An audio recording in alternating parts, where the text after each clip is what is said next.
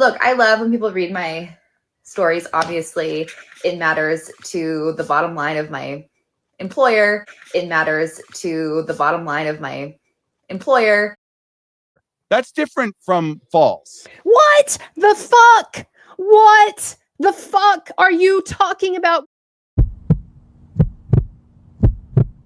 I just want to play you one part. I'm still not over this. I am still not over the Matthew Baldoni, former Hollywood editor, interview with Brian Friedman, Justin Baldoni's lawyer. I am still not over it because of some of the just ludicrous rhetorical strategies that this Baldoni guy was trying to employ to somehow get Brian Friedman. And I just think that it shows the complete disingenuousness of the mainstream media in how it is dealing with this whole situation.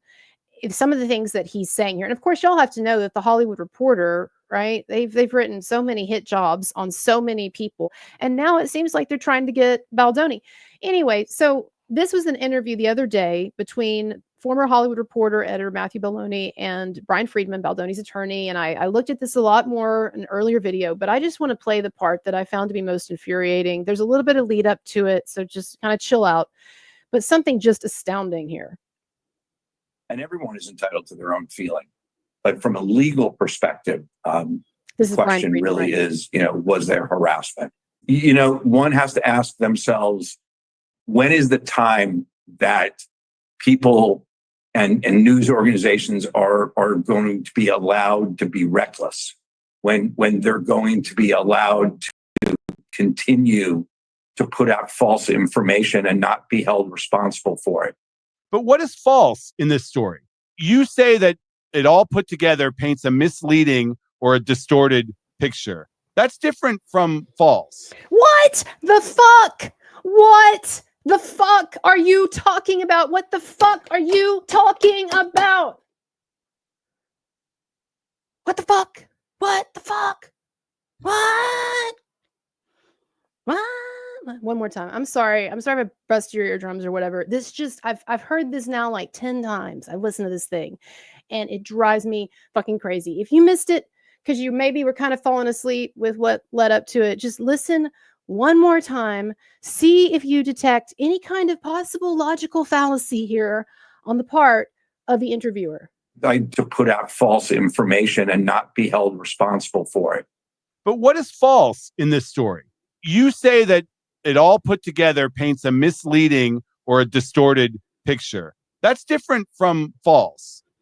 I disagree with you. I mean, and I keep going back to the text messages because if that does not show you how delusional, blinded, disingenuous, manipulative, I don't know what term that we want to use, out to fucking lunch these people are, I don't know what does. He literally defined something being false and then said, that's not false.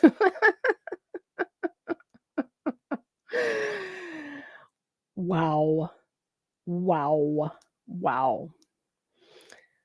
All right, I got one more thing I want to look at quickly. I know that we've all seen it. We've talked about this before, but I just have I've kind of been sleeping on this. I've been thinking about it a little more. I've seen other people covering it, so I've been kind of turning it over in my mind a bit. I want to revisit one more time this lady. If you'll just bear with me for a second. So this is the lady who wrote that stupid... My Instagram is currently a mess. I'm getting a lot of comments. This is the lady who wrote that stupid article. Oh, you can't see her face. This is the lady who wrote that stupid article about the mommy sleuths. And I know she didn't coin that term. I don't even mind the term, but it was the demeaning, derogatory tone in which and context in which they used it. Because for these people, what mommy sleuths translates into is like a bunch of like ignorant, housewives. They probably couldn't even get real jobs because they're so dumb, right? Or whatever, right? That's kind of how they use it, right? And then she had all of these lies and misrepresentations in her article, and I pointed out one. I wasn't like touting myself, as someone said in the comments, but like she said one thing that I knew was just flat out wrong about me, or saying that there were all these mommy sleuths that were trying to claim that there are a bunch of protesters at South by Southwest and more protesters than genuine fans. I didn't hear one content creators say that. And I went on a bunch of people's shows to talk about my little stunt there. But anyway, This lady whining for like 3 minutes because she doesn't make as much money as she thinks that I do. I just have to hear this again and comment. There's one misconception that I think is really important to clear up. There is this belief that me, as someone who works for corporate media, has more of an incentive to lie or bend the truth or create drama or share things that are misleading than people who are independent creators or citizen journalists on TikTok or Instagram do. The complete opposite is actually the truth. A lot of these creators will say things like, I'm not beholden to corporate media. I don't get paid for this. I'm only doing this because I believe in the truth.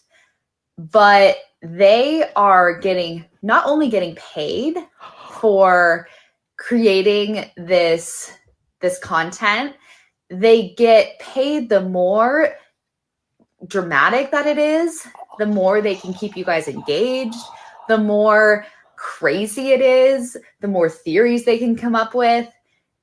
They are the ones profiting off of the Blake Lively drama. Look, I love when people read my stories. Obviously, it matters to the bottom line of my employer. But at the end of the day, like, personally, I make what my salary is, whether, 10 people read my story or 10 million read my story.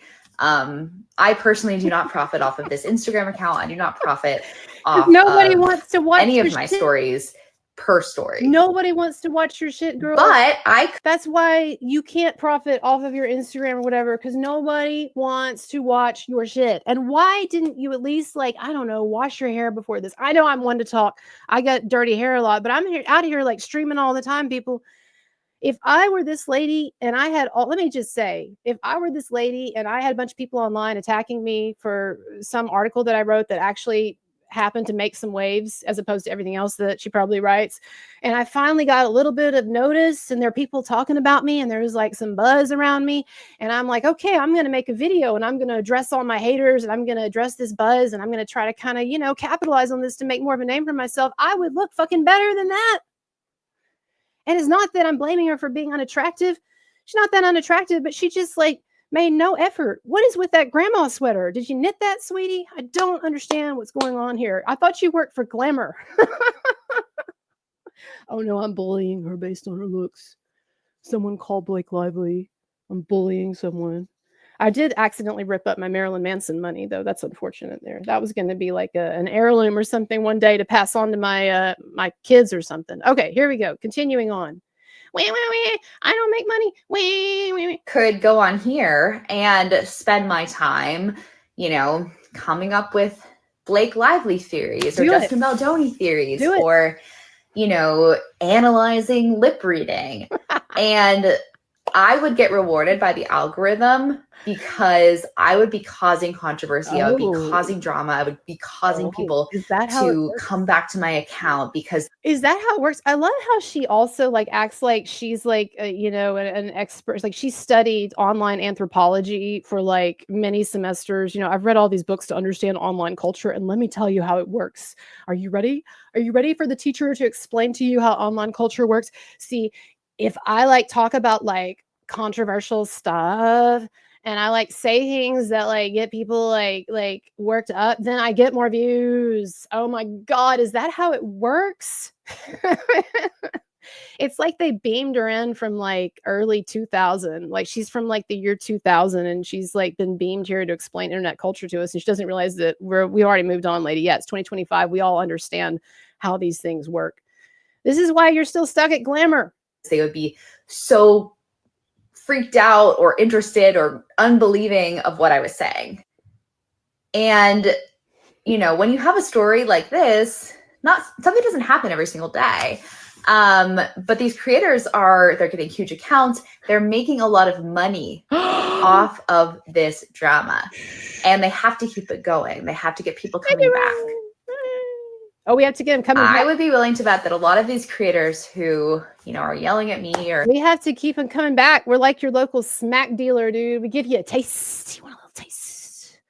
Taste, just a taste. Bet you like that, huh? You like that girl, huh? You like that taste. So people are saying like they just want to tell the truth. They don't care about money or profit. No one says that, by the way. No one says that. This lady is nothing but a bunch of straw men that she keeps raising here, argumentatively, rhetorically speaking here. I've never heard anyone claim that content creators don't have some degree of self-interest in what we do. The difference is not that one person is acting out of self-interest and the other isn't. The difference is that you in the mainstream media, because of your biases and because your lazy ways of thinking, you can't see the truth. And for some reason, at this point in time in history, content creators seem to be a lot quicker on the draw than you in terms of seeing through bullshit. That's what's going on here. That's what it is. Okay. And you keep saying this thing about like, oh, there's this misconception that content creators don't do anything out of self-interest. Yeah, we're just, everybody thinks we're just a bunch of martyrs out here for Justin Baldoni. Yeah, that's exactly right. Nobody thinks that. Nobody thinks that. But they do think that we're a bit more honest than you. And I think that might be true. I think that might be true, lady. God, give me a break. Okay, keep whining. Here we go. Keep whining. Are making so much more money than me. I think that people really need to analyze what is motivating these people. That's just my take. Oh my God.